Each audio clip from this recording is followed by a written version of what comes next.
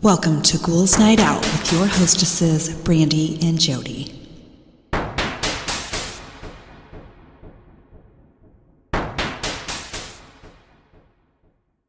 Hello, beautiful ghouls. Welcome. This is Brandy. I'm here with my sister, Jody. Hello.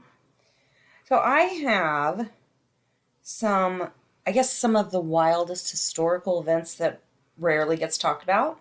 Okay. And they should make documentaries on them.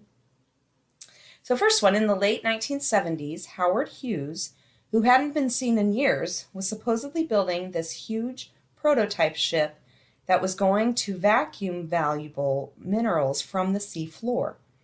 Turns out it was a CIA cover story. An advanced Soviet submarine had sunk deep in Pacific waters, and they wanted to try to retrieve it. They spent years and millions of dollars on a top secret ship. It had to remain top secret because the Soviets would do almost anything to prevent a new submarine falling into enemy hands. Interesting. In 1968, the K-219, a Soviet ballistic missile submarine, went missing with no explanation somewhere in the Pacific Ocean. After hearing about it, the missing submarine, both the United States and the Soviets set out in search of the ship, both armed with nuclear weapons. Despite their best efforts, neither country was able to locate the ship. After 2 months, the Soviets decided to abandon the search, but the United States had something else planned. They had been able to pinpoint an approximate location of where the submarine had sunk using new Air Force technology, but struggled to figure out the best way to raise the submarine without tipping off the Soviet Union.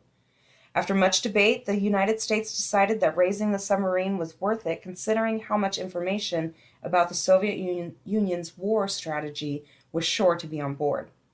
They developed a plan to build a massive claw that they would use to raise the submarine. The issue?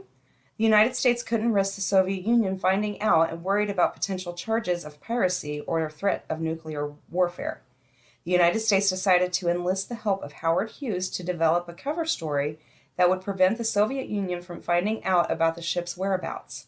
Hughes, an incredibly eccentric billionaire who was known for being a reclusive, would allow the CIA to name the ship after him and concoct a cover story that Hughes was building the ship as a deep-sea mining vessel. The construction of the ship was kept incredibly secret, and many just assumed that it was all part of Hughes's reclusiveness. During the summer of 1974, the ship was set off to raise the submarine. 2 Soviet ships were closely monitoring the activities of the boat, but they were able to raise part of the K-219. The United States thought that they had gotten away with the scheme, but a 1975 raid of one of Hughes's offices brought the story into the spotlight. However, a lot of details were foggy after both the Soviet government and journalists continued to prod the United States for answers about the ship. They coined the term, "We can neither confirm nor deny," to use as their response.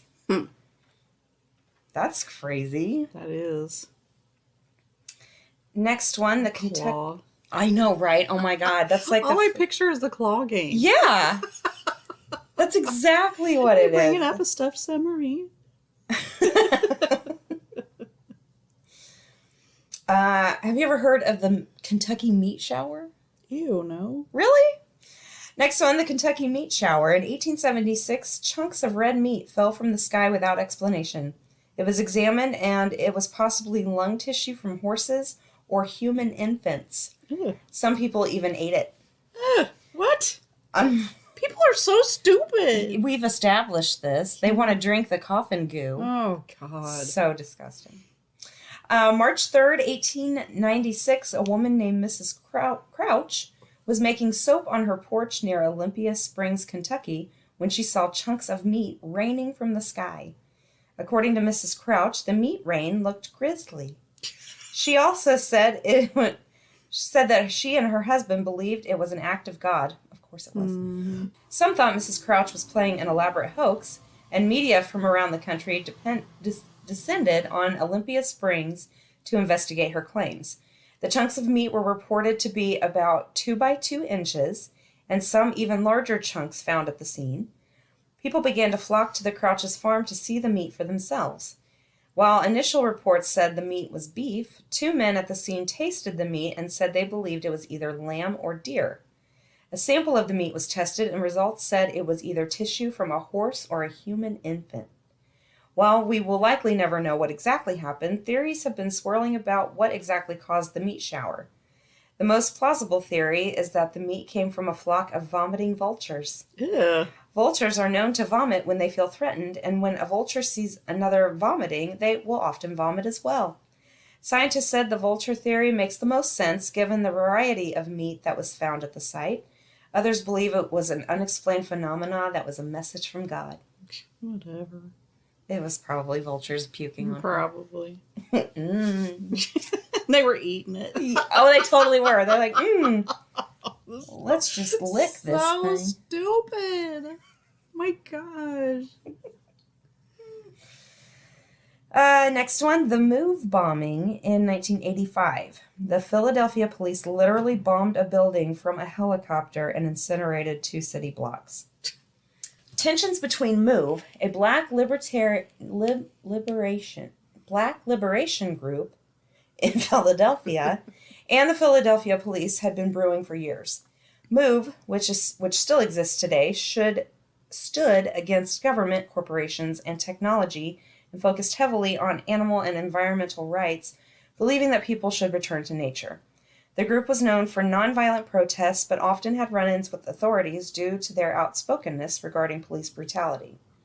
In the 1980s, the group had moved to Osage Avenue, a quiet residential neighborhood in Philadelphia. Their neighbors frequently complained about the group to the government, and in 1985, Wilson Goode, who was the first black mayor of Philadelphia, issued an order to evict the group from their home.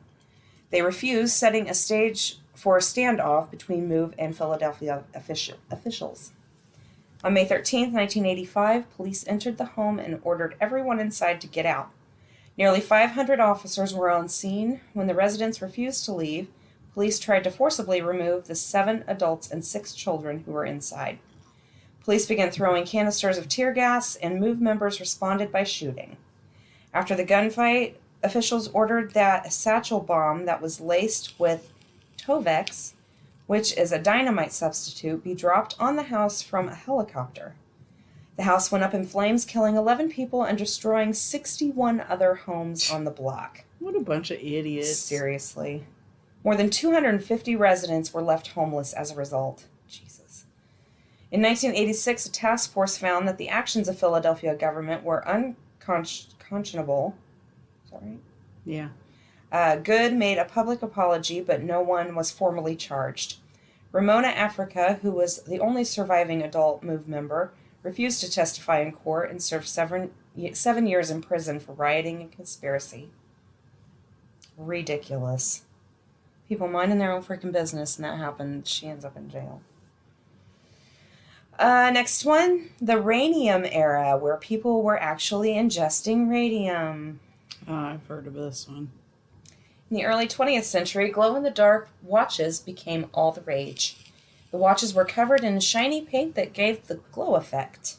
Soon companies began opening factories to create the coveted watches. Many of the factories hired women, and the jobs proved to be high-paying. Because the watches were so small, women would use their lips to hold the brushes. The issue, the watches were able to glow because the paint was made with radium.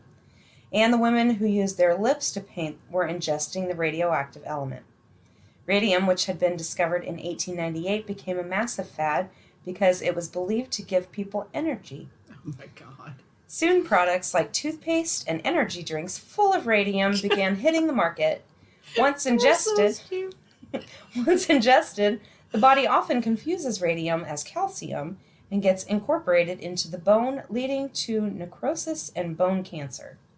Some of the factory workers questioned the painting technique. Factory bosses assured the women that the paint was totally safe. Mm-hmm. Others loved that they felt so energized after ingesting the radium, and they believed that they were healthier than ever. The women continued painting the watches for years as the damage from ingesting the radium began to accumulate. By the 1920s, many of the women who worked in the factories began complaining of toothaches and fatigue.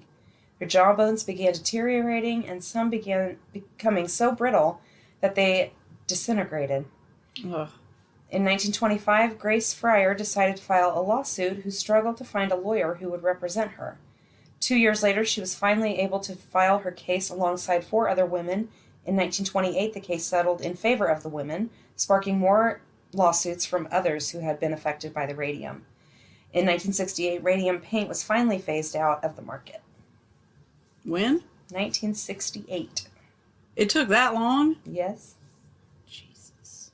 Started radium was discovered in 1898. So, yeah.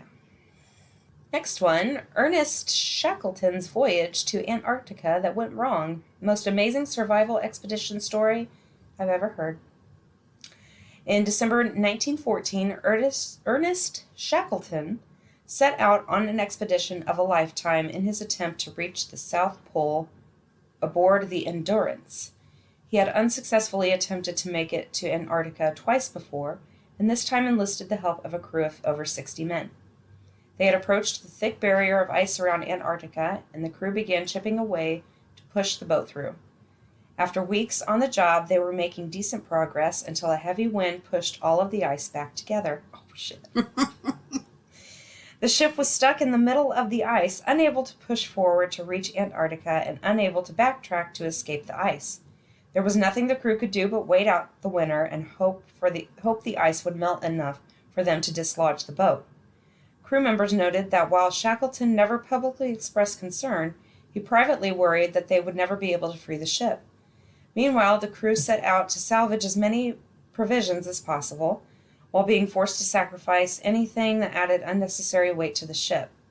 They hatched a plan to walk across the ice in an attempt to reach land, but abandoned the idea when they only managed to make it 7 miles over the course of a week. Yeah. By April 1916, the ice had drifted close to the land and then broken apart, freeing the ship. Once the boat was back on the open ocean, the crew was depleted. Over half of them had dysentery, and Frank Wild, Shackleton's second-in-command, wrote that at least half the party were insane.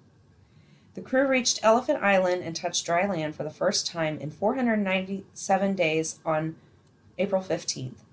After spending days on the uninhabited island, they realized there was little chance anyone was coming for them.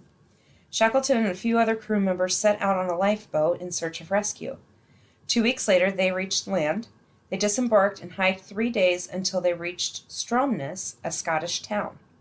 In August 1916, Shackleton returned to Elephant Island to rescue the rest of his crew.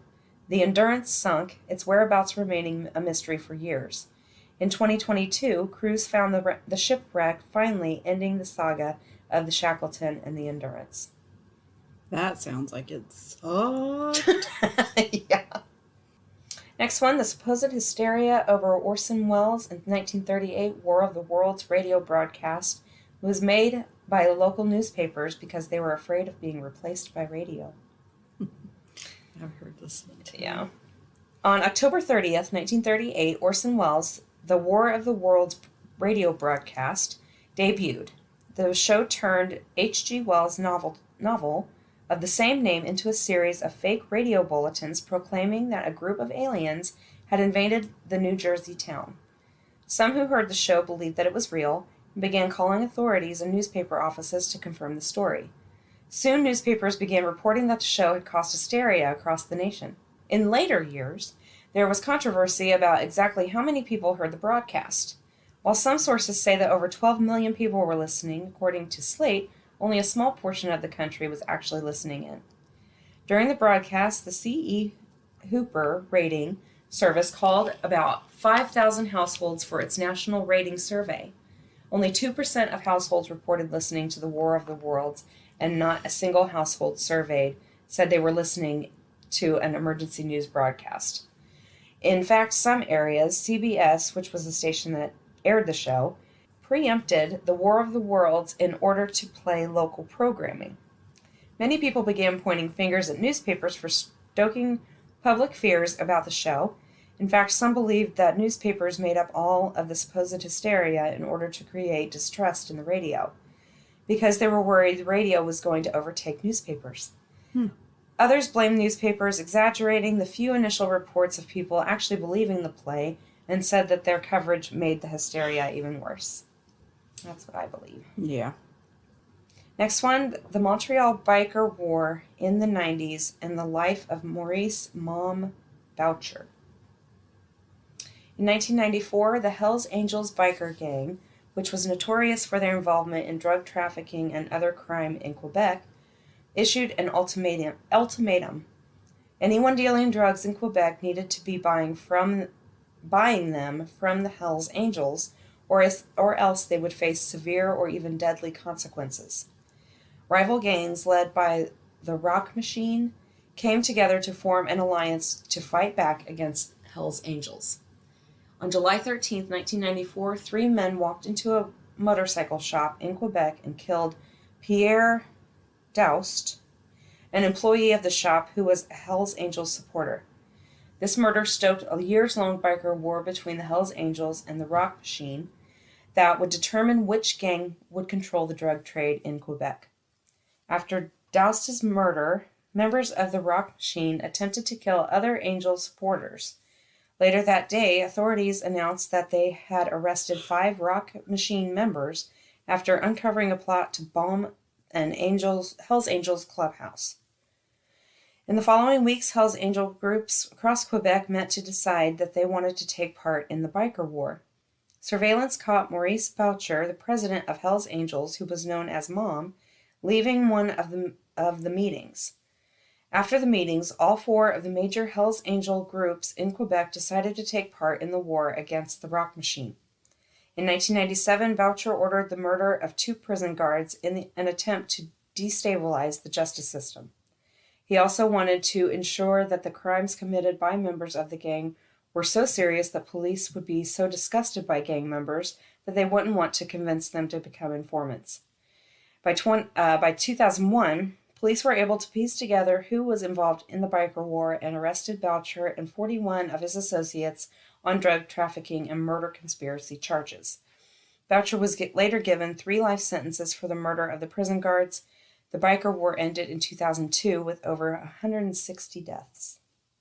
I thought the Hells Angels, turned over a new leaf or something. I think they did after this, probably. Mm-hmm. They probably... Because I think they're... Don't they do, charity... Charity rides. Yeah, stuff like that. Of course, that was in Quebec. Yeah. That maybe Maybe it's different. I don't know. Next one, the Johnstown Flood. Some of the top industrialists in the region built a resort in Pennsylvania and filled the reservoir without properly reinforcing a previously existing dam. In 1889, the dam burst and the raging flood swept through the river valley, completely destroying some smaller villages and all but wiping out Johnstown, a city of 30,000 people.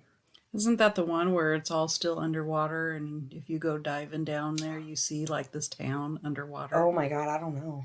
It might say, I don't know, I didn't read these. Oh. Let's see. Johnstown, Pennsylvania, built in a river valley, typically flooded every year. The residents were used to weathering the storm, but in 1889 the flood proved to be deadlier than anyone thought possible. On May 31st, 1889, residents of Johnstown gathered their belongings and headed for higher ground to wait out the impending flood after a huge rainstorm.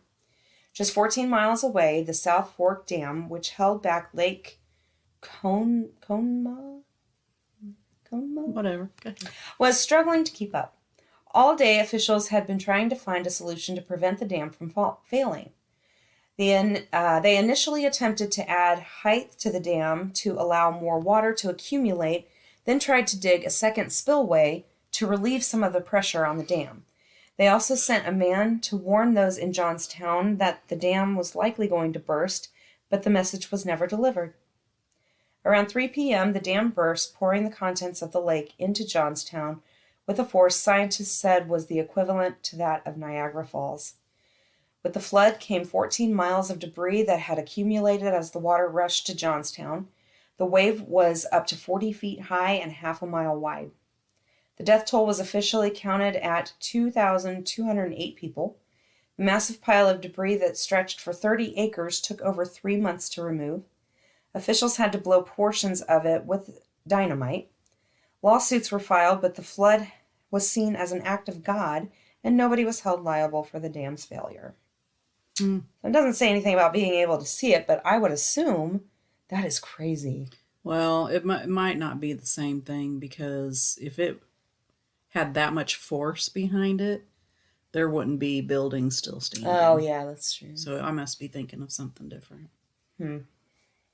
Next one, the 1958 Tybee Island mid-air collision, which resulted in a Mark 15 nuclear bomb that was lost in the ocean nearby Tybee Island.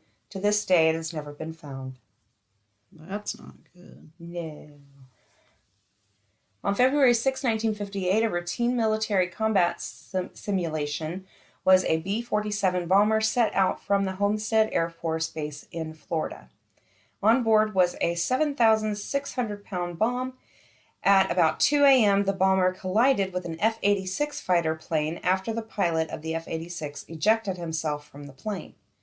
The B-47 plummeted 18,000 feet until Colonel Howard Richardson, who was flying the plane, was able to regain control. Worried about the damaged plane, Richardson asked if he could drop the bomb, which was the danger of exploding during an emergency landing. His request was granted, and he dropped the bomb over the ocean near Tybee Island, Georgia. When the bomb fell, nobody saw an explosion, leading officials to believe it sunk in the ocean. The day after the collision, crews set off to recover the bomb, the capabilities of which were unclear. Some believed it contained a plutonium nuclear core, which would mean it had nuclear capabilities. Regardless if the nuclear core was installed, the bomb could still set off a dangerous explosion. Air Force and Navy personnel combed the ocean for the bomb, but their search proved unsuccessful. On April 16th, 1958, they called off the search and said they believed the bomb was located under piles of silt off of the Wassaw Sound, a nearby bay. To this day, no unusual amounts of nuclear radiation has been detected in the surrounding waters. And this is my last one. It's short. The FBI investigated the song Louie Louie because the lyrics were unintelligible. They thought it could be some kind of communist plot. Oh my gosh.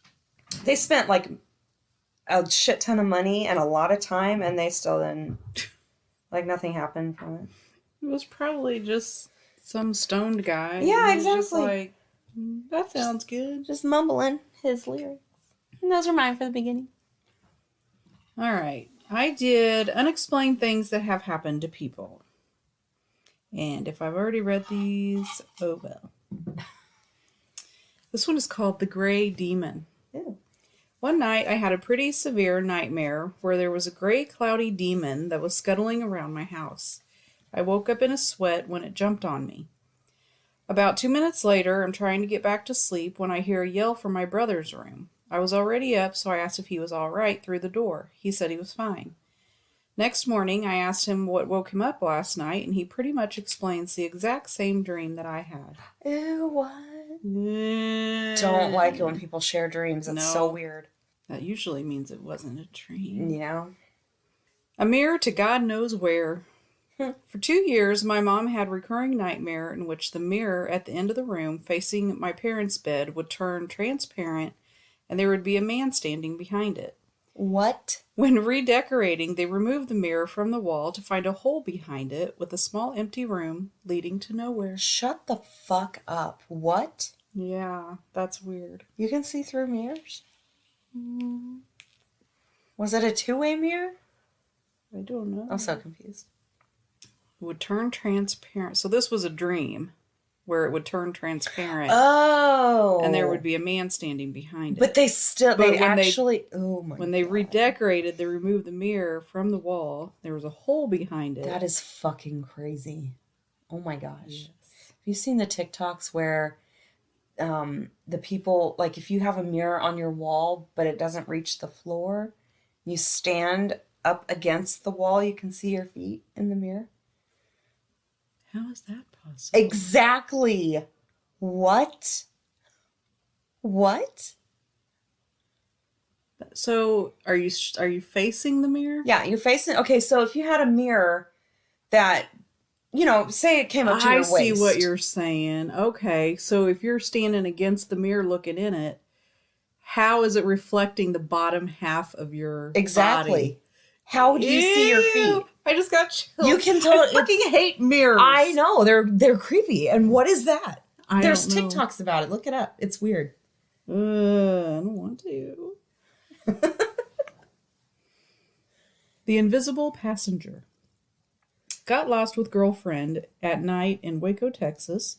Roads were deserted, no people, no cars. Then saw one lone person standing on the corner as I made a turn. I heard a friendly male voice in the vehicle, as if sitting in the back seat, say to me, "You're going the wrong way." I noticed I was indeed going the wrong way on a one-way street, so I did a U-turn. The road took me directly to the main highway. Asked my girlfriend a bit later if she heard the voice, too, and she burst into tears because she had been so freaked out by it she thought she was going insane or something. Oh my God. That is creepy. That is creepy. At least it was helpful. Yeah. But still. Yeah. A little help from a friend. When my wife was 6 years old, she fell into a well. Is it Jessica? Baby I Jessica. don't think so. Oh. She couldn't climb her way out and started to cry. She heard a girl's voice tell her not to worry and directed her to a group of stones that were jutting out far enough for her to grab a hold of. The voice told her to climb out, and she did. When she got out, there was nobody around, and she ran home. Told the story to her mother, only to find out that a little girl had drowned in that same well many years ago. Oh my God. What? I just got chills again. That was creepy. The Silent Visitor. I remember when I was in Mexico with some of my cousins, we started a bonfire outside an abandoned warehouse. Reaching nightfall, we got the fire going and we settled down around it. We talked and laughed and whatnot. It wasn't till one of my cousins noticed an odd human-like figure standing in the distance. This person or thing was wearing a black and dirty white gown with their hair over their face looking down. What? We all stood up and got behind the oldest cousin, two of my cousins and me. I remember asking in Spanish who they were and what they wanted. The fact that it wasn't responding made us uneasy. Shortly afterwards, it started to glide towards us. My blood shot cold seeing that. We were in disbelief and frozen. Once we snapped back, we started running and screaming back to the ranch. No one knows what that really was, nor did it return there when night fell.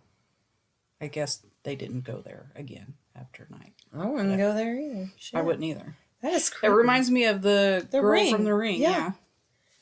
No. The Haunted Souvenirs. One summer, my brother went to Ghana and came back with a bunch of souvenirs. He went back to school and left them all with my parents. My parents used to live in a 2-story bungalow where my brother and I had bedrooms in the basement directly underneath theirs. One night around 2 a.m., I woke up to hear heavy footsteps right above me. I tried to ignore it and go back to sleep. Because he was such a loud snorer, my dad would sleep in my brother's room as well. In the morning, my dad asked my mom what she was doing walking around at 2 a.m. Oh my God. She denied that she was, but I backed up my dad because I heard it too. She continued to say it wasn't her, and the next night it was the same thing, heavy footsteps at 2 to 3 in the morning. My dad and I attempted to recreate the footsteps, used hard steel boots, but nothing came close to the sound.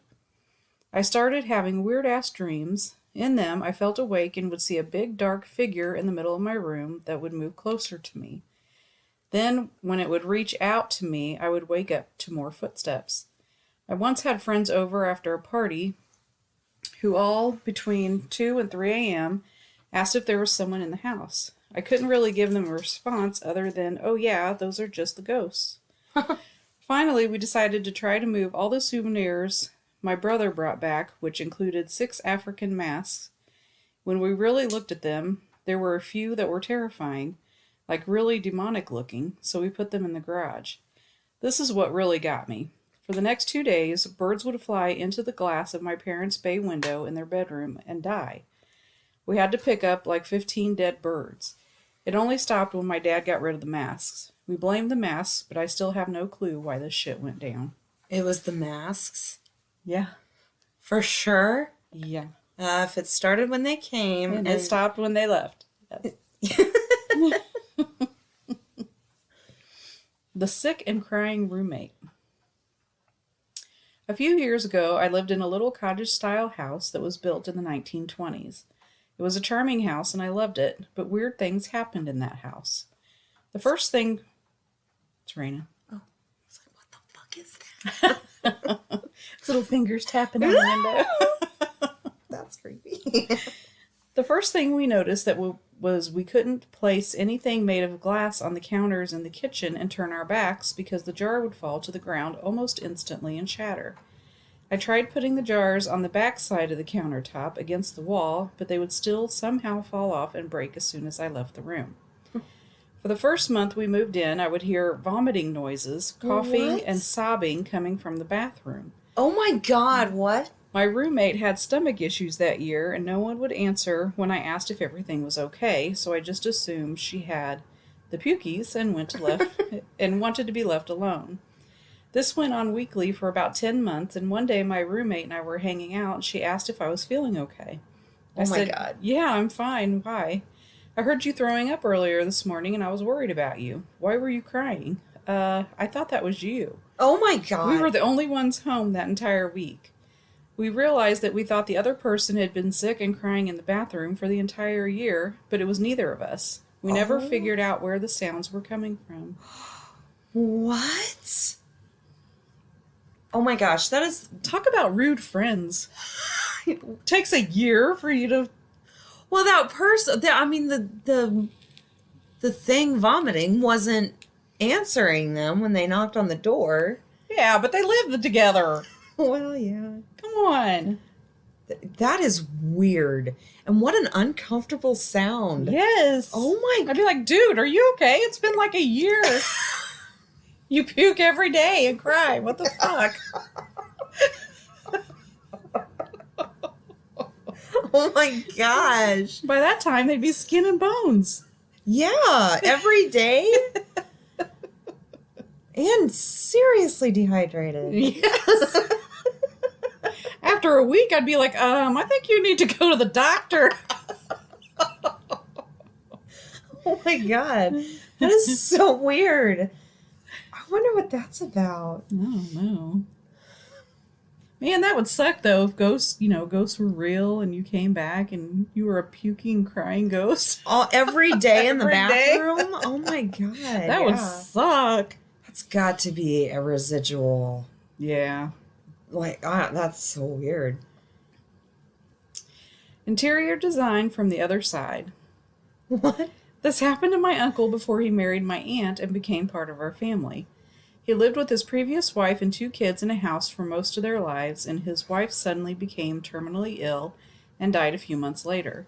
Oh. Throughout her entire life, she was a very kind person, but she hated the green curtains in their living room more than anything. She would apologize about them when guests came over, talked about how much she hated them whenever they went to home improvement stores, and tried to keep them out of view as much as possible. I'm not sure why she or my uncle never got around to changing them. Could have been financial problems, distractions, couldn't find ones they liked, etc. Curtains are fucking expensive. Everything like that is. Yeah. Sheets, pillows, Yeah. towels. Yeah. It's ridiculous. Yeah. Anyway. They couldn't find anything they liked, but they never did. The green curtains remained. The night she died, my uncle and his kids spent the night with her in the hospital and returned home the next morning. They said after being in the house in silence for about an hour, those green curtains came crashing to the ground. Oh my God. My uncle and cousins didn't know whether to be absolutely terrified or laugh. They immediately threw them in the garage and later picked out new ones they thought she would like. I have no doubt that she took it upon herself to finally get rid of those curtains. I wonder what made her do it after all that. She's like, well, I really don't have to live here anymore, but I hate those curtains. I'm tired of it. I'm already dead. Might as well. What are you gonna do? They're coming down. The reciprocal visit. A couple of years ago, I was out for a run with my dog over the fields behind my house.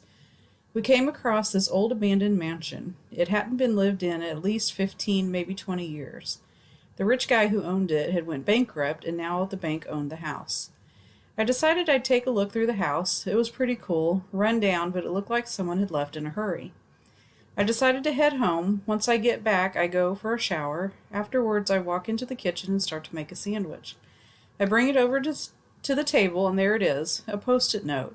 You come into my house, I come into your house. Naturally, what? I freaked out, got my dog, and got out of my house. Phoned my parents, who then passed it on to the police. They said it was likely squatters and some guy had followed me home, but it was nothing to worry about. That was the last we heard about it. No way I'm ever going back to that house. Oh my God. I got chills. Yeah. That is crazy. Holy shit. And I'm pretty sure this is my last one. A knock and good night. In high school, my best friend's mom died in a tragic car accident. He found out in the morning and was obviously sent home. When I found out what happened, I snuck out of a side door, went to my car in the senior parking lot, and drove pedal to the floor all the way to his house. Myself and some other close friends spent the rest of the day with him to try and comfort him best we could. So as the day winds down, a few of us decide we're spending the night so he doesn't have to be alone. So it gets pretty late and we're all getting ready for bed, and we hear 2 knocks on his bedroom door. His stepdad and all the other adults that were staying had already gone to bed, and when we opened the door, sure enough, no one was there. Here's the kicker. Every night before his mom went to bed, she'd knock on his door 2 times. Her way of saying goodnight, I guess. To this day, we all swear that it was her just telling him she was okay and saying goodbye. Aww. That was sad. Yeah. That's all I got. All right. I have Glitch in the Matrix stories. Actually, continuing from a couple weeks ago. Okay. I went to an all-girls Catholic school. It's a very big school, around 2,000 students, 12 through K. It's located on top of a mountain and surrounded by some sort of forest. When I was in 2nd grade, around 8 years old, my friends and I liked walking around exploring different places in the school. The woods nearby, which was off limits, the pond, and other school buildings and facilities. One day, my friends and I stumbled upon an area that looked like a series of tombs that were maybe 20 plus tombs in there, some open, some closed. We don't know how we got there, but we were curious little shits, so we went closer to see. As we got closer to the tombs, an old man holding a broom came out of nowhere and surprised us. He said he's the caretaker of the place and that's where the old nuns of the school laid to rest. After that, he told us we shouldn't be there and not to come back, so we left. Now comes the weird part. After leaving the area, my friends and I found ourselves in an unfamiliar place. Seems like we were lost. We were getting nervous, but just decided to keep walking until we found someplace familiar. We walked for like 10 minutes. Then one of us saw one of the school buildings, which made it easy for us to get back to our classroom. Turns out we had been gone for 4 hours, and the school guards and teachers had been looking for us. As we explained to them that we just walked around and saw the tombs, the teachers and school guard gave us weird looks and said there was no such place. Weird. Who was the old man with the broom? I don't know. Weird. Next one, driving in rural areas in New England near the border of Vermont and Massachusetts, so I'm not sure of which one I was in. It was late, so late it was actually early. There was fog, dense fog, like Silent Hill levels of fog, and like an idiot who dies in the opening scene of a horror movie, I'm driving on back roads. First, my headlight just up and goes out. Cannot use high beams because of the fog. I'm in the middle of nowhere. Haven't seen a house or town in a long time. Car starts making noises. Check engine light comes on. So I pull over. Nothing much around the field and fog and dark. Creepy as hell. I gamely look at the engine. Is that the right word? I guess. I can fix electronics, but not engines. I tighten all the things I know. Car now won't start. So I'm in the dark in the middle of nowhere. On the side of the road, because of natural rules of how things work, my cell phone had no service as well. It was like a big cliche. But I'm not stupid enough to go wandering the roads right now, so I reclined in my seat and decided to take a nap for a couple hours until the sun comes up. I wake up, the sun is coming up, the fog is going away, and I'm on a main street of a tiny town parked in front of what looks like the Bates Motel house. Houses everywhere. It was all the creepiest feeling. I was sure I was off in the woods. There was not a light on in any house all night. There was a service station 50 yards up the road. I walked up to it, talked to the guy, who looked perfectly normal.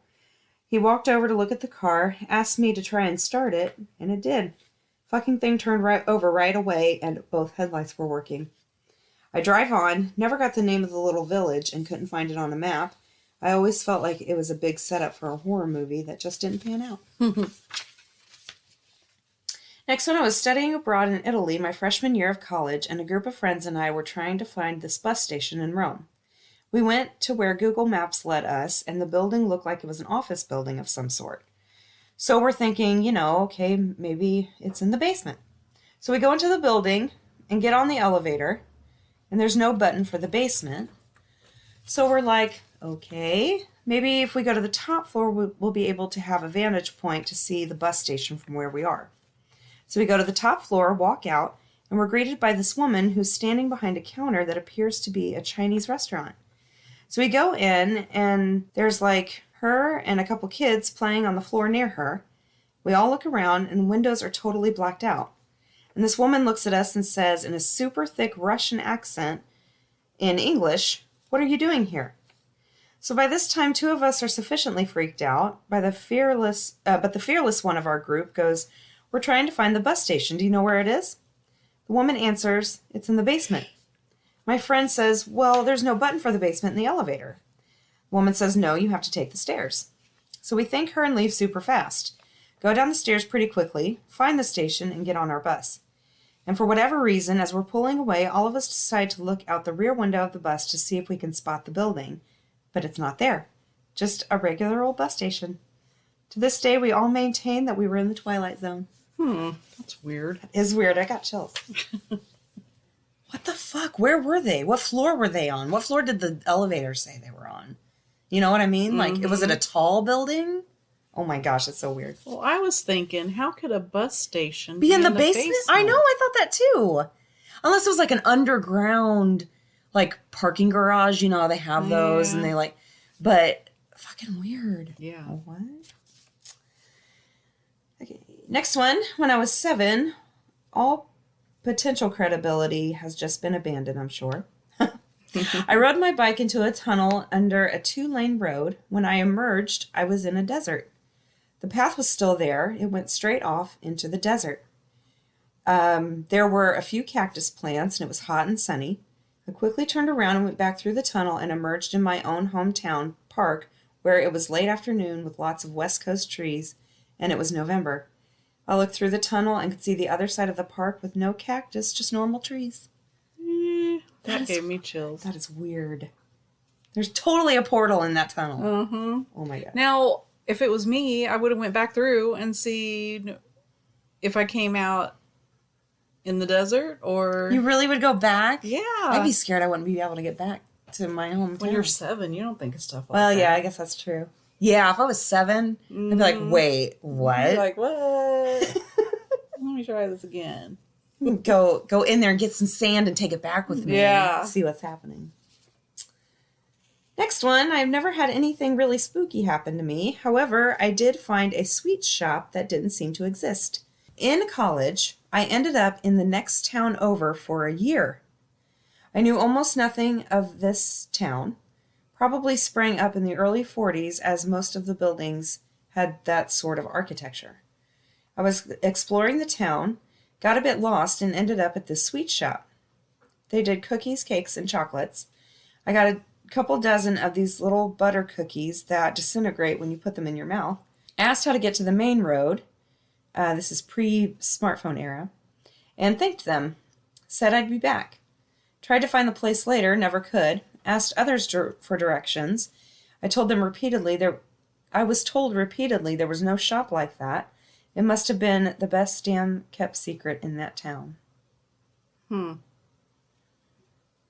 want to go into some place and then it disappear.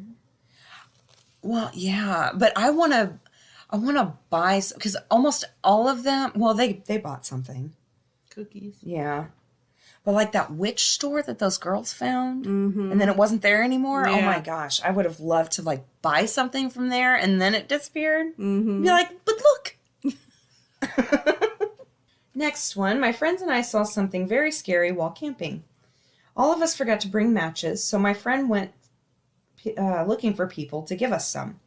When he came back, he told us he found this abandoned campsite he wanted to show us. When we got there, it was seriously weird. It had obviously been a family staying there, since one of the tents had 2 girls' names labeled on it. If they left the campsite, they did so in a hurry, since several of the items were left behind. The creepiest thing was every tent there was slashed open down the middle from top to bottom. If it was a bear or other animal, I thought the cuts wouldn't have been as clean, and there might have been 3 slash marks instead of 1. I'm very glad we left that day. Then it says edit. So I see a few of you have questions. I'm currently driving to another city, but I will provide more details as soon as I'm available. Made it to my destination, blah, blah, blah. Oh, okay, so things left behind. It was in Dinky Creek in California. Things that were left behind besides the tents were a chair and some cookware. There were also toiletries inside the tents. No one had been missing in the area since 2008, and the trip was in 2014. It says, I don't believe we reported it. I think we were going to report it to the park ranger or something, but never did. They left the day after the campsite was found. The friend that found it took it to us the next day. And they did find matches. That sounds like they were abducted or something. Yeah, and I would like to know if the tents were cut from the inside or the outside. Mm-hmm. That would have been, because if it was the outside with 1 slash mark, they totally could have been abducted. Mm-hmm. If it was from the inside, that's like Dyatlov Pass kind of creepiness, and you don't know what the fuck's going on. Yeah. So, lots of That's questions. just weird. Yeah. Next one, one night in rural Georgia, I found what seemed like an alternate reality. It wasn't creepy at the time, but over the years, I've started to get creeped out by how unusual that night was. It was late at night. I was driving home from the Atlanta airport. Along the way, I got hungry and decided to pull off at an exit that had a Waffle House. I didn't even remember the name of the exit or the town that it was in, but it was in western Georgia, maybe an hour or so from Atlanta. For those that don't know, nearly every Waffle House is the same. Same building setup, same menu, same food, and even the servers all seem cut from the same cloth. There are no-nonsense people and often seem a little rough around the edges in a good way. Waffle House is a reassuring constant in an ever-changing world. But not this Waffle House. You could tell the difference from the moment you pulled into the parking lot. The building was bigger than usual, mostly windows, and lit up the area like a beacon. I go inside what I can only describe as the cleanest Waffle House I've ever seen. It practically glowed. Instead of just booths along the wall, they had actual dining tables, and the kitchen was behind a wall. Normally you can watch the cooks prepare the food just feet from the booth. But there didn't seem to be any other customers either, which was practically unheard of.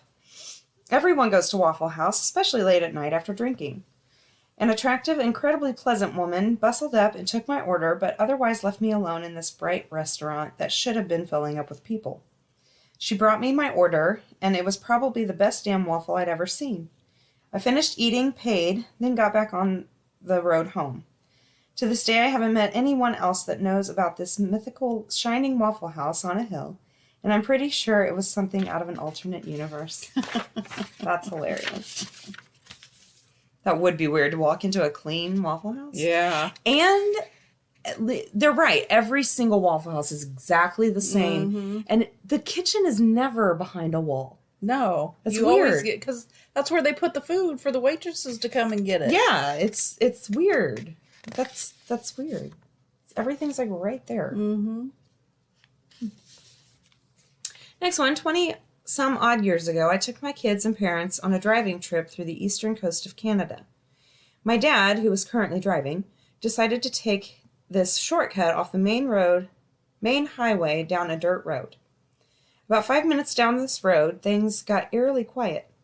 We should be able to hear birds and trees rustling, cicadas, yet nothing. It was too quiet. Dad starts slowing down. I'm busy looking at the map. I know where we turned off, and there's no designated road on our map. I'm worried that I can't find it. I look out from the map, and as I have realized nobody is talking, everyone is looking out their window. There are little stick people and stick designs hanging from the trees. Some are just shapes, and others are more intricately made. That's Dangling, swaying slowly. That's like, Blair Witch? yes. Yeah. Between this and the fact that it was dead quiet, I made an instant decision and told my dad to turn around and leave as quickly as possible. I felt a huge pressure in my ears like they needed to be popped. Mom had goosebumps, and Dad said we were just being silly. Of course. He obliged, though, and got us out of there. Yeah. You guys are just crazy. He wasn't scared at all. Let's get the fuck out of here. That is creepy. What the fuck? And so you don't know if it's just like some teenagers trying to creep people out or if it's something sinister. Yeah, but if it's on a dirt road out in the middle of nowhere, Yeah, that's weird. they don't know if anyone's even going to go down that road. That's true. Weird. Driving down to Florida through rural Georgia, my husband and I were hungry and needed to go to the bathroom. I have no idea where we were, but it was one of those long stretches of absolutely nothing that you come across in the southeast sometimes. So we were glad when we saw a gas station at an exit. If I remember correctly, it was the only thing there. We got out of the car and noticed that there were a lot of people in the parking lot, not doing anything, just parked around the edges of the building, talking and letting little kids run around, but they didn't seem to be part of a traveling group, if that makes any sense. They just seemed to be hanging out. We got this very weird vibe because they all seemed to look at us as we got out of the car and went inside. No one was inside the store at all, so we went to the bathroom and were looking at the food for sale when everyone, and I mean everyone that had been outside, poured into the building all at once. Even though we were hungry, we got weirded out and left without buying anything. To this day, I have no idea where we were and why that one gas station was the only building in the middle of nowhere. I later described it as a feeling like one of those places in a movie where people wander into a place and get chased through the woods and eventually eaten by the townspeople. It's weird. Why are they hanging around outside? I mean, I could understand if it was like a really small town and that was like literally the only place and they all just kind of met there and hung out. It's weird, but I mean, if you're in a town with nothing, I guess. Yeah, but then they all decide to Then go they- in at the same time. That is fucking weird. I'd be And there out was of there, nobody in the too. building either. Like when, oh my gosh, what? Yeah, I'm out. Yeah. Next one, by my hometown, there's a hiking trail that people went to very infrequently. It was along the side of the Niagara Escarpment? Escarpment? What is that? Mm-hmm. So it had some climbable cliffs and some very shallow caves that you could crawl around on. I went with some friends when I was 19 or 20, and we were crawling around finding a cave that went pretty deep. We had never been there before, had never even seen it before, so we pushed forward and decided to check it out even though we had no flashlights, and this was when cell phones didn't really have flashlight functions. We stepped into the cave, and it was easily 20 to 30 degrees colder than outside. Upon looking around, we noticed it was really clean inside the cave, as in it didn't have any beer cans littered everywhere like all the other small caves did. While in there, we got a really eerie feeling after being in there a short time, hearing weird and strange things, feeling like we were being touched, poked, and pulled, and not having any way to figure out who was doing it because it was too dark. We were just using lighters to see what we could around us. We were convinced one of us was messing with the others, although any time we sparked up a lighter, we were all decently far apart. We decided to hightail it out of there after only a few minutes, convinced to come back with flashlights. We came out to see that it was now dusk outside. When we entered, it was midday.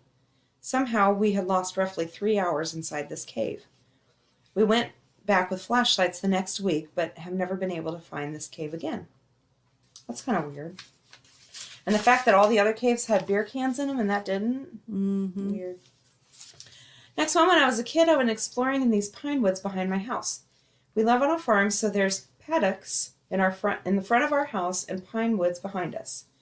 I wandered off for a bit before realizing I was lost. I started to get worried as I couldn't get my bearings. I explored those woods all of the time and knew them well, and I hadn't been walking that long, so I knew I wasn't too far in. Yet I was surrounded by trees that weren't even pine, which was impossible because it's a pine forest.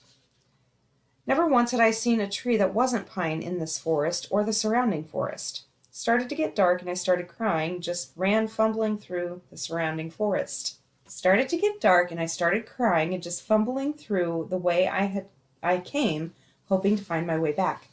Then I stumbled upon this clearing, flat ground near a perfect circle. Felt really weird.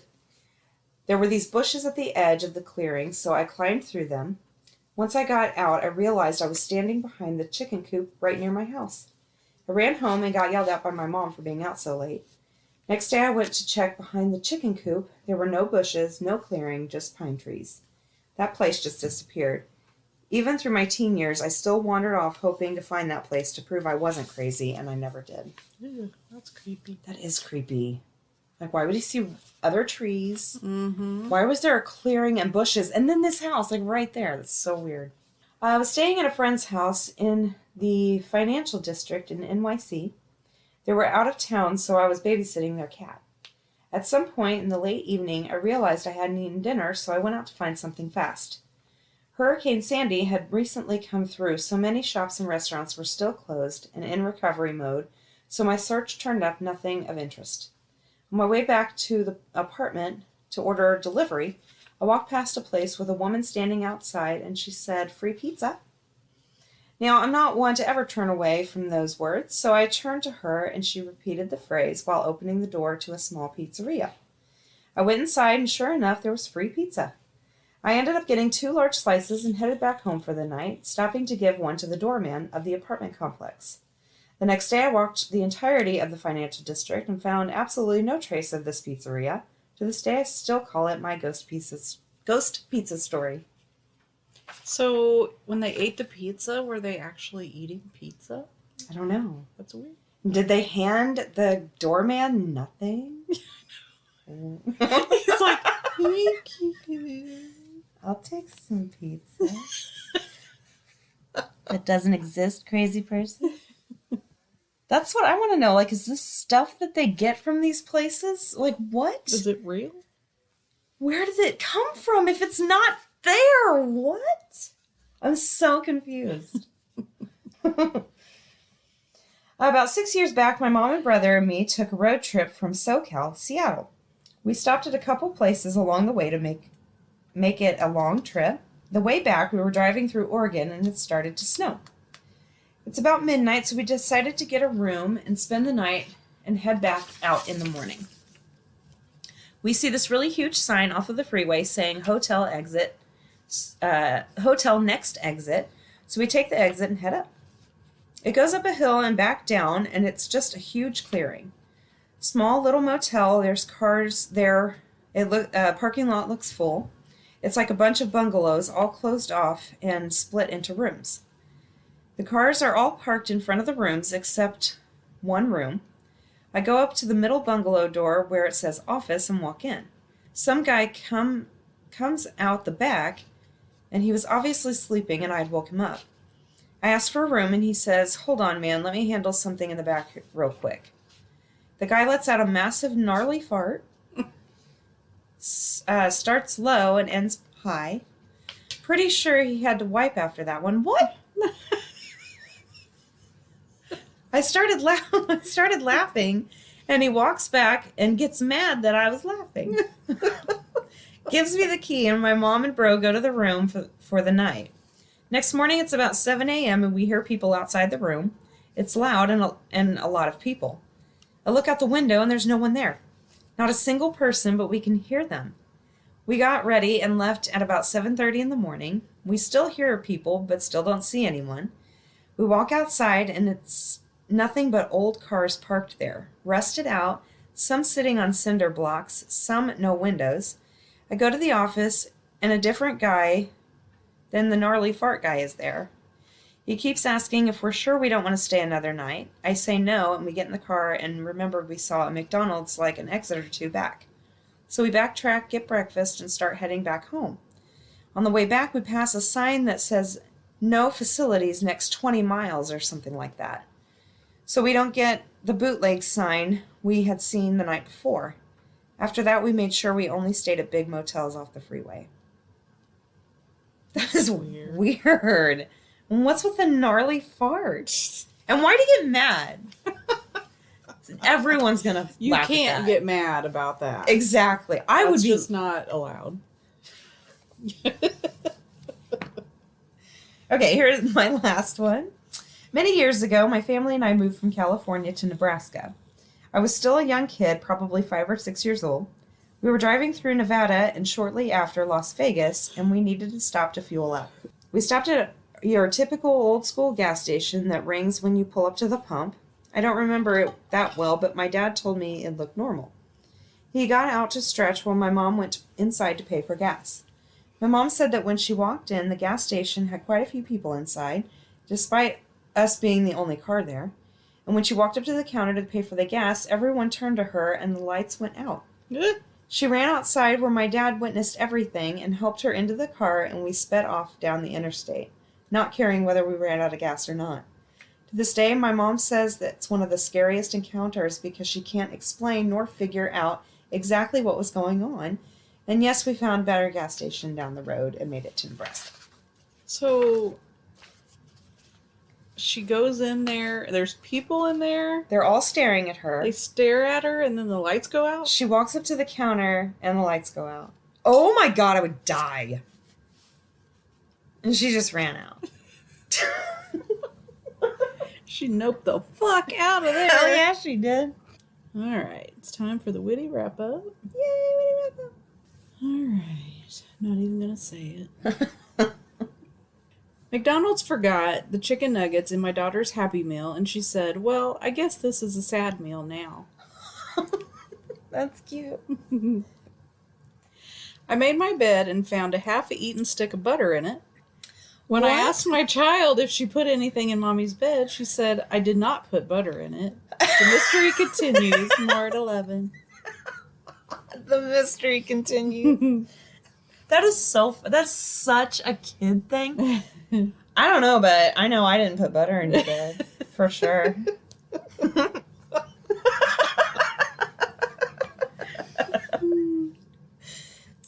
My 7-year-old is pretty condescending for somebody who still needs to be reminded to go to the bathroom. Oh, shit. My wife's upset at me. I'm going to cheer her up and ask my 9-year-old to play hot cross buns on the recorder. Me, do you want your eggs scrambled or hard-boiled? 7-year-old, donuts. That's my kind of eggs. I like those kinds. My daughter keeps singing, "Started from the bottom, now we hear." And I told her she needed to stop because she goes to private school.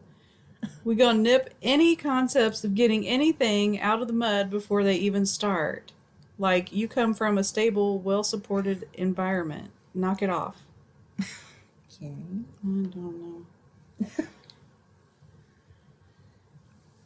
When I come back a little drunk and talk to the babysitter, I feel like I'm on an HBO Max show. Wow. My 5-year-old, how about we go to Target? You get yourself a drink or whatever you want and buy me a toy. She knows how to work the system. Make sure Mommy gets her drink first. You haven't gone full dad until you start reading a historical marker plaque out loud to your uninterested kids. That's what dads are supposed to do. That's right. My son is playing his first soccer game tonight, and I'm pretty stoked he wasn't the first kid to start eating the grass. That is a successful day. Scheduling a tattoo in your 30s is just realizing again and again how unchill you have become. Swing by the shop sometime and we'll talk. I'm sorry, sir. I no longer swing by anywhere. I have a minivan and 2 available afternoons this month. Can you send me a calendar invite? Parenting classes should focus less on diapers and more on what to do when you're sad but still have to pretend to be a tugboat. My 6-year-old said when she grows up she wants to be a chainsaw guy. Not sure if she means a professional tree trimmer like the ones working across the street or a serial killer in a hockey mask, but girls can do it all. Sure, lumberjack. Or mass murderer. My toddler is practicing counting by dropping chocolate chips in my mouth, and this is the kind of math I can get on board with. That's brilliant. It is. How many chocolate chips can mommy fit in her mouth? Parenting is hugging your child good morning and asking them how they slept, only for them to respond with, your breath stinks. So sweet. Mm-hmm. Last night, my wife asked me to grab her keys out of her purse, but instead I found 3 Tupperware lids, 2 socks, and a 3rd kid we didn't know we had. No wonder my purse is so heavy. Yeah, I can't find anything in there. Having multiple kids is weird. You have one kid you could trust to be home alone for a whole weekend, and you know they'd eat vegetables, lock the doors, and wash the dishes. Then you have another kid who is not allowed to hold an umbrella, and they're almost the same age. There were like 8 TV writers. My daughter absolutely grossed out by the choices at today's career day. Oh my God. Someday I'm going to blow my kids' minds by telling them I would just cruise around in my car for fun, ruining the earth and wasting gas for no reason, but to blast some jams and feel alive. Yeah, we don't waste gas right now. No. Can't do that. At school pickup, Perfect Mom asked what I was giving the kids for dinner, and I was about to make up something fancy when 5-year-old says, probably sink spaghetti with floor cheese again, and skipped off to play with Freya. Sink spaghetti and floor cheese? What? I have no idea. That's hilarious. Changing my kids' names to what my autocorrect thinks they should be. Oh no. Yeah, probably not a good idea. I was peeing in public, and my 4-year-old, while trying to open the stall door, calmly said, I'm just gonna let them see your big butt. Well, okay. 97% of parenting is just saying, oh, wow, to your kid when they do something totally not wow. And my last one, you can't break me, kid. My generation survived dial-up AOL and texting on a flip phone. Yeah, we got patience out the door. And that's all I got. All right. Well, thank you guys for listening. Send in your stories. We need them. goalsnightoutpodcast@gmail.com. You can look us up on Facebook, request to join the group, rate, review, subscribe, and we will talk to you next week. Later. Bye.